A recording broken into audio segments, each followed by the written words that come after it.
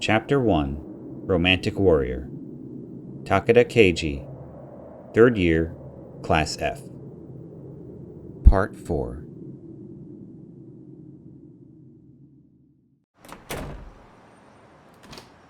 After that, it became routine to join Boogiepop on the roof every day as he kept watch.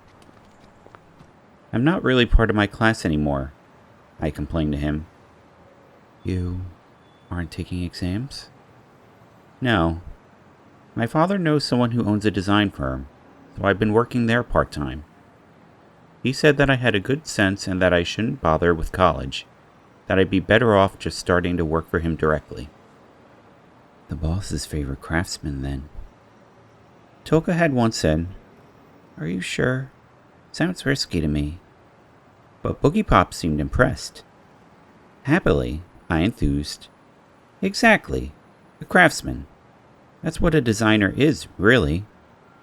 We make what we've been asked to make." "Seems like you've got both feet on the ground," Boogiepop said, sounding almost jealous. He lived half in some unearthly realm that only he could see. "But Miyashita thinks it sounds dangerous." "She would. I don't know her all that well, but there are far more girls who shun romantic men than there are those who are attracted to them." "Really? I mean, romantic?" It was an embarrassing word.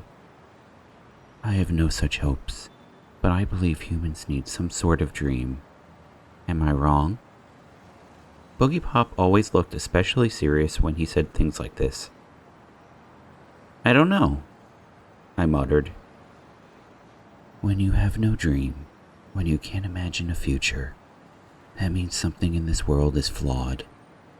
Unfortunately, it is not I who will battle that flaw, but you and Miyashita Toka," the self-described defender of the world said, staring into the distance. Based on only his words, and on his outfit, it was impossible to think of him as anything but a clown. After all, he had a woman's face, but he talked like a man. But I thought if he was a clown, then I wanted to be a clown too.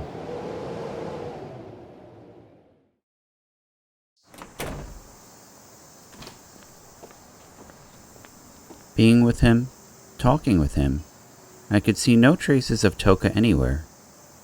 What had happened to her to make him appear? "When did you first come out?" I asked one day. "About 5 years ago. Miyashita's parents were fighting, considering divorce. Her uncertain feelings at the time may have produced a stubborn creature like me. But I, myself, was far too busy fighting a killer that was stalking the streets to really pay much attention." I had a hunch which killer he was talking about. 5 years ago, a serial killer had murdered 5 girls and hung himself when it seemed like they were about to catch him. It was a very well-known story, so it made sense for it to be incorporated into his delusion. "Miyashita's mother sounded like she knew about you." She'd seen me a few times. We're talking back in junior high, after all. Miyashita Toka was not exactly free to move around. She even caught me climbing out the window once. "Must have been surprised." "She was hysterical, which caused me no end of trouble. She locked me in the house, so I had to knock the woman out to make my escape. Danger was approaching after all." Seriously? No wonder her mother was freaked out. It also explained why the Miyashita household didn't let her have a phone in her room. "After that, I suspect Miyashita Toka was dragged off to a psychologist, but I can only speculate. I never appeared." "She didn't show any unusual signs?" "Since the condition was almost unheard of in Japan, the doctor probably didn't believe a word of it." "Probably not. I imagine they had their doubts about the mother, though. After all, they were having marital problems at the time. But apparently, the whole fuss caused her father to blame himself and make amends. Things settled down after that." This reminded me of something from the book I read. Not a multiple personality case, but a manic depressive girl. At school, she never spoke a word to anyone, but she was always bright and happy at home. Her parents and grandparents were apathetic and cold, and she desperately tried to brighten up the gloomy atmosphere. Unfortunately, the stress was too much for her, and its effects started to manifest externally. Her behavior grew stranger and stranger until she was finally taken to a doctor and the truth came out. She was treated, her family repented, and the house became a much more peaceful place. This sort of peacemaking, psychological disorder, is apparently referred to as the trickster. For some reason, it sounded a lot like Boogiepop to me. So, I said, and explained all this to him. He made that strange expression again. Miyashita may well see it that way. But you're still here, even though that situation is over. Why? You never come out at home anymore, right? Right. Then why? I can't explain it. I simply have my duty to fulfill. You'll just disappear when this danger is over. Yes. I will be a little sad to go this time, though. I won't be able to see you again. This surprised me. You won't? Right. Yashitoka will be here, of course. I imagine you prefer her. His shoulders slumped a little. I couldn't think of anything to say, so I remained silent. The two of us stared quietly up at the evening sky.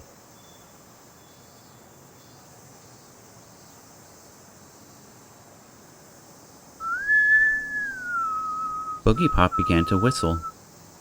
The tune was fast and bright, his breathing skillfully alternating fast and slow. But it was a whistle, so it sounded rather sad somehow. I remembered that Toka couldn't whistle. A suppressed possibility? Even as her boyfriend, I suppose I was suppressing some part of her. This thought weighed heavily on me.